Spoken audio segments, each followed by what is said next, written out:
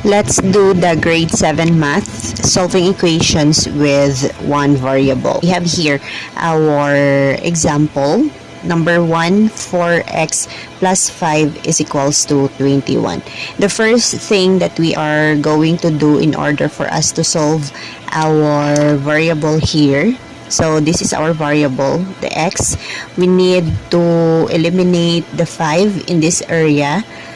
Ang gagawin lang po natin ay, since positive siya, plus 5, mag-subtract lang po tayo ng minus 5 dito, then dito din sa kabila, minus 5. After that, solve natin, 4x, then eliminated na siya. 4x is equals to 21 minus 5 is 16. Then, eliminate natin itong 4.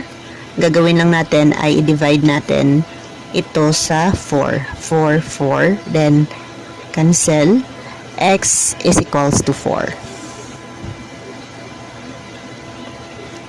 Second number, we have here 3x minus 6 is equals to 3. So, again, ang gagawin lang natin ay eliminate natin itong 6 para ma-solve natin ang ating variable x.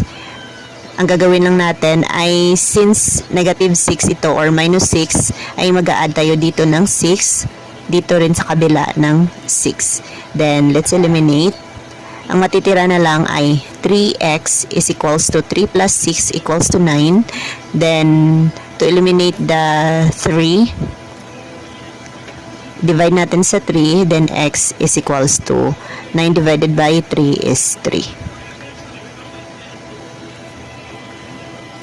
The last number, we have here 5x minus 3 is equals to negative 13. So again, in order for us to solve our variable x, we need to eliminate the negative 3 in this area. So, mag-a-add tayo dito ng 3 since negative 3 siya. Dito rin sa kabila ay plus 3. Then, eliminate.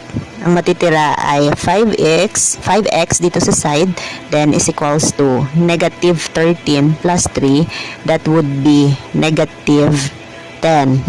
Negative 10 kasi mas malaki yung value natin sa negative sign natin kumpara sa ating positive na sign. Then, let us eliminate the 5.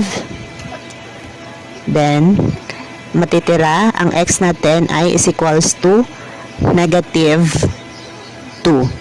May negative sign tayo dito kasi kapag mag-divide tayo ng negative at positive ay automatic na negative yung sagot natin. So, our answer is x is equals to negative 2.